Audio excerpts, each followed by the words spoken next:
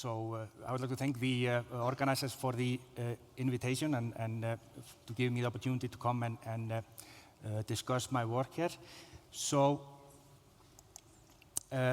my lab is mainly focusing on the basic biology of metastasis, more specifically the metastatic niche, which is the microenvironment at the distant site that actively promotes metastatic outgrowth. Now, what we use, the tools that we use to look into this issue are mouse models, both xenograft and genetics, to look at functional aspects of the disease. Now, for analysis of signaling and interaction between molecules, we use three-dimensional cell culture assays. And for clinical validation of any discoveries that we might make in this experiment, we use tissue microarray and patient sample and transcriptomic data sets, of course, with an attempt to identify new therapeutic targets or prognostic or diagnostic tools. Now, the metastatic niche is quite a recent concept which has occurred recently, and the questions that we are interested in are, for example, what is the molecular composition of the metastatic niche, how do the cancer cells respond to the niche, and what is the signaling that the niche promotes within the cancer cells, and can we potentially interfere with these interactions and potentially sensitize the cancer cells to the current therapeutic options. Now, the extracellular matrix has been increasingly demonstrated to be much more than just a structural scaffold or for cells to hang on to. It is really a highly dynamic cell regulator that modulates signaling in cells. Now, matricellular proteins is a subclass of extracellular matrix proteins, which has been shown to be a very strong regulator of cell signaling, and which major part is involved in cell regulation rather than structure or scaffolding. And these are molecules like tenascin, osteopontin, thrombospondins, and spark, and others. And I believe that these molecules might be a very strong candidates as components of the extracellular matrix and the extracellular matrix within the niche, particularly because they are these strong cell regulators, and in addition, they have a very distinct expression pattern. They are expressed highly during the development of the embryo, and but in the adult, the expression is heavily restricted, but it is expressed in specific places like normal stem cell niches. However, during tissue regeneration and remodeling, like wound healing, inflammation, and involution of the mammary gland, these molecules are dramatically upregulated. And last but not least, these molecules are highly expressed in a variety of different cancers, and they are often associated with poor clinical outcome. So the reason why I became interested in the extracellular matrix and the metastatic niche is through my study on the matricellular protein Tenascin C during my postdoctoral stay in the lab of John Masage. Now, Tenascin C is a glycoprotein of the ECM. It's a huge molecule that forms like a hexameric complex, and that we can see here in this electron microgram.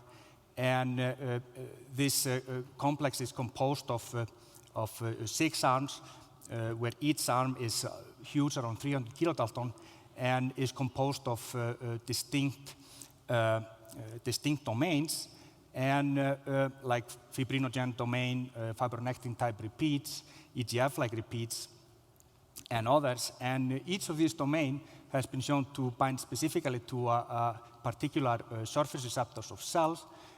So we can imagine that this huge molecule could even simultaneously bind to distinct and different surface receptors simultaneously.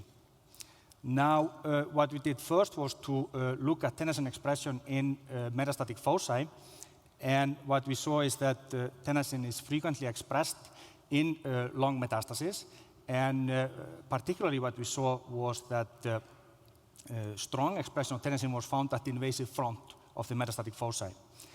Now, when we look at the clinical outcome of these patients, we see that those patients that express high Tenascin C, they develop lung metastasis at earlier stage compared to those that have low Tenascin C.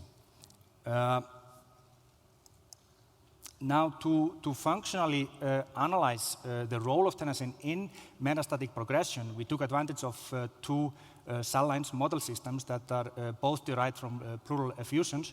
Now, this is the MD231 model and the CN34 model. And when we look at the lung metastatic derivatives of these cell lines, we see that tenascin is upregulated in both of the models.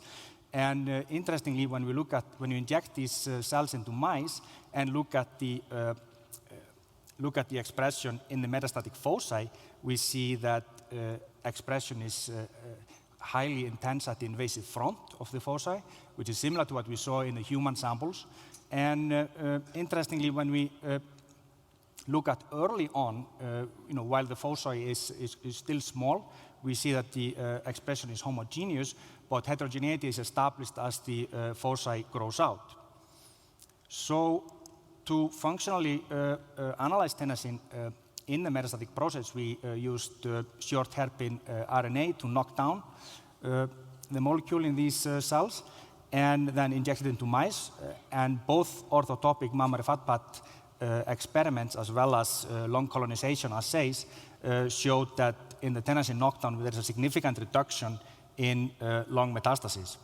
And here below we also see the bioluminescence which we use to track and quantify the cancer cells expressing luciferase.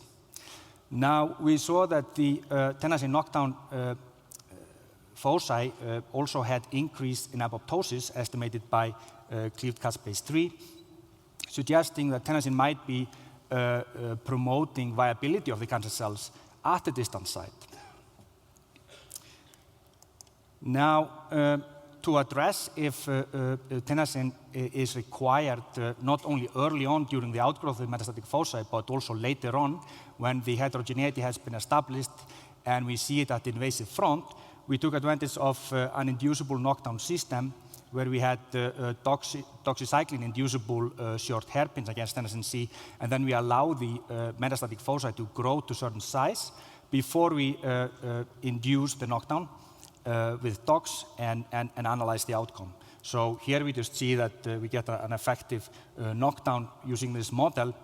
And when we look at knockdown early on, so like 2 days after injection of the cells, we see that there's a strong requirement for Tenascin C. However, if we wait until the foci grows out, we see that the knockdown of cancer cells derived Tenascin C is non-existent. Now, a reason for this could, of course, be that the microenvironment would be compensating for the cancer cell loss of cancer cell derived Tenascin C. And to address this, we took advantage of species-specific antibodies where we could stain for human Tenascin C, which is expressed in the cancer cells, and then the mouse-specific antibody for stromal derived Tenascin C. And as we can see here, when we compare early versus late metastasis, we see that early on, when the foci is initiating the metastatic foci, we see that cancer cells are the one who express the molecule, while the stroma has not been activated enough to express the molecule. However, later on, we see that the stromal Tenascin C becomes quite prominent. Now, the cell type that might be responsible for this stromal Tenascin C, the prime candidate would be myofibroblasts, and we actually see that the expression of stromal Tenascin C does indeed associate with alpha-smooth muscle actin. Now, I mentioned earlier that we see expression of matricellular proteins, which includes Tenascin C, in stem cell niches. And since tenascin seemed to be required for the initiation of the metastatic foci, it was an interesting question for us to see if tenascin would be important to mediate stem cell characteristics. Now, if this would be the case, then that would mean that cells that would express themselves, cancer cells that would express Tenascin C, would basically be bringing their own niche material to the distant sites and to promote their own viability and outgrowth. Now, to address this, we took advantage of a well-known system which enriches for stem cell properties, and that is a sphere-forming assay which has been used to generate, to enrich for neuronal stem cells in neurospheres, as well as normal mammary epithelial stem cells in mammospheres. And what we did was to isolate cancer cells from pleural effusions, and we grew them under these conditions, enriching for these stem cell activities. And what we see is that if we compare tenascin expression in the spheres to the same cells grown as a monolayer, we see that there's a significant upregulation of tenascin C, suggesting that it might be tracking with stem cell characteristics. Now, this seems to be indeed the case because well-known pluripotency markers like SOX2, NANOG, and OCT4, they all track with tenascin C in this assay. And in addition, adult stem cell markers like LGR5 and Musashi-1 seem to track also. While the differentiation marker GATA3 and the microarray MIR335, which is a suppressor of metastasis as well as suppressor of tenascin C, is down in this assay. Now, this is still only a correlation, which shows that tenascin seems to track with stem cell properties. However, are any of these markers dependent on tenascin for their maintenance? Now, to look at this, we knocked down tenascin C in the spheres and analyze the markers. So when we first look at the pluripotency markers, we see that there is no effect. They do not seem to be dependent on tenascin C. We see it for NANOG, OCT4, and the same thing actually for SOX2. However, the adult stem cell markers, Musashi-1 and LGR5, seem to be dependent on tenascin C, and suggesting that there might be a link between the two. Now, Musashi and LGR5 are very different proteins. LGR5 is a G protein coupled receptor that was recently shown to bind R-spondins and is a target of the winged pathway, while Musashi is an RNA binding protein that is a positive regulator of the Notch signaling pathway. Now, this was, of course, all in vitro, where we had these sphere-forming assay, and we see a connection between tenascin and Musashi and LGR5 in the spheres. However, is this link important for metastatic outgrowth? To address this, we knocked down both Musashi and LGR5 individually and together using short hairpin RNA, and then injected into mice. And as we can see here, there seems to be a significant reduction in lung metastasis when we knock down both of these molecules individually. However, the strongest effect is seen when we knock them down together. And below here, we see just examples of the mice which are within these distinct groups. Now, I mentioned that Musashi is a positive regulator of Notch signaling. So to address if we are seeing an effect on Notch signaling in our system, we looked at the Notch target genes HEY2 and deltaX1 in our tenascin knockdown cells, and we see that there is a dependency for both of these, suggesting that tenascin indeed might be modulating Notch signaling through Musashi-1. When we add Musashi back into the cells, we see that the expression of the Notch target HEY2 is rescued in the tenascin knockdowns. And importantly, we see also that lung metastasis is restored in the tenascin knockdown cells, where we have expression of Musashi, circumventing the requirement for tenascin C. Now, the link between tenascin and Musashi we looked into by chemical inhibitors, and we identified STAT5 as an important mediator between the two.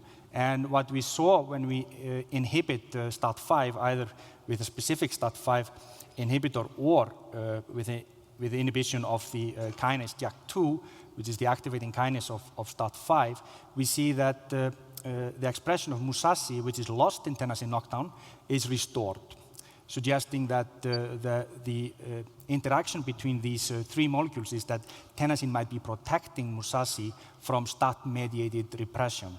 So basically de-repressing Musashi. So this is basically the model that we came up with, where we have cancer cells expressing Tenascin C as well as the stroma, and which leads to enhanced metastatic fitness by promoting LGR5, a wing target gene, and promoting the Notch signaling pathway by repressing STAT5, leading to de-repression of Musashi and activation of the Notch pathway. Now, the link between tenascin, STAT5, and Musashi, of course, here is just in a model system, and we wanted to address if this had any meaning in clinical samples. And to address this, we took advantage of gene expression signatures, where we had signatures for Tenascin C activity, and these are signatures that were already published, and STAT5 activity. So the tenascin signature was basically generated by plating cancer cells onto tenascin-coated plate versus non-coated plate, and analyzed the transcriptome, while the STAT5 signature was generated in a transgenic mouse expressing the STAT5 transcription factor. Now, when we use these signatures to classify human breast cancer metastasis samples, we see that both of these signatures can quite effectively classify these breast cancer samples. And interestingly, what we see is that there is a minor overlap between the two. So there seems to be almost a mutual exclusion between the STAT5 positive sample and the tenascin positive sample. And this is more clearly seen here when we look at gene set enrichment analysis, when we see that the genes which are downregulated by STAT5, they are enriched in the tenascin signature, while in the tenascin positive samples, while the genes which are repressed by STAT5, upregulated by STAT5, sorry, they are underrepresented in the tenascin positive samples. Now, looking at how Musashi behaves in this context, in these same data sets, we see here that Musashi follows the pattern. We see an upregulation and increased expression of Musashi in the tenascin positive signature, and then the opposite is true for the STAT5 positive signature. Now, 1 year ago, another matricellular protein was identified as an important component of the metastatic niche, and this was not done by us. It was done by the lab of Jörg Hulsken at ISREC in Lausanne.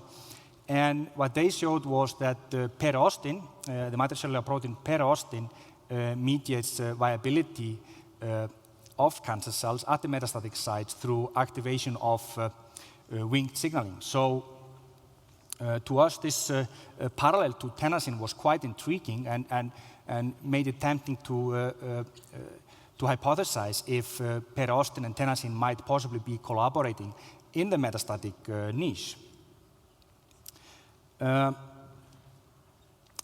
So this is work which is ongoing, and we have started to look into this, and we are looking at the expression of both tenascin and Periostin in samples. And what we see is there is a significant correlation between the two. We see that both of them are expressed in long metastatic derivatives compared to their parental line. They are not expressed in macrophages. Both are highly expressed in myofibroblasts, and both are highly expressed in pleural effusion samples.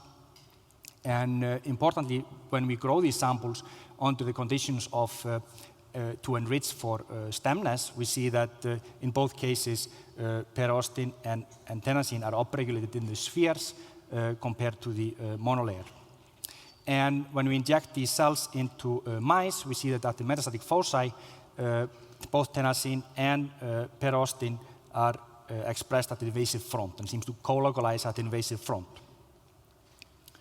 Now, to look at human samples, we are taking advantage of tissue microarray TMAs, and we have been staining for tenascin and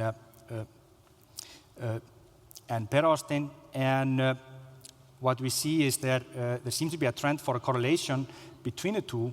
And importantly, when we look at the patients that have expression of both tenascin and periostin, there is a significant increase in the proportion of distant metastasis.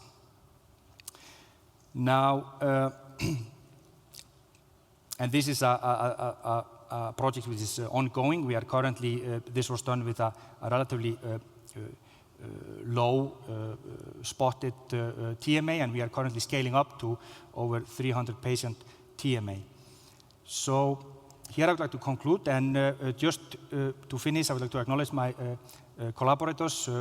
Very briefly, I would like to first highlight John Masage, who during my postdoctoral training was my mentor, and then my current lab members. And thank you very much for the attention.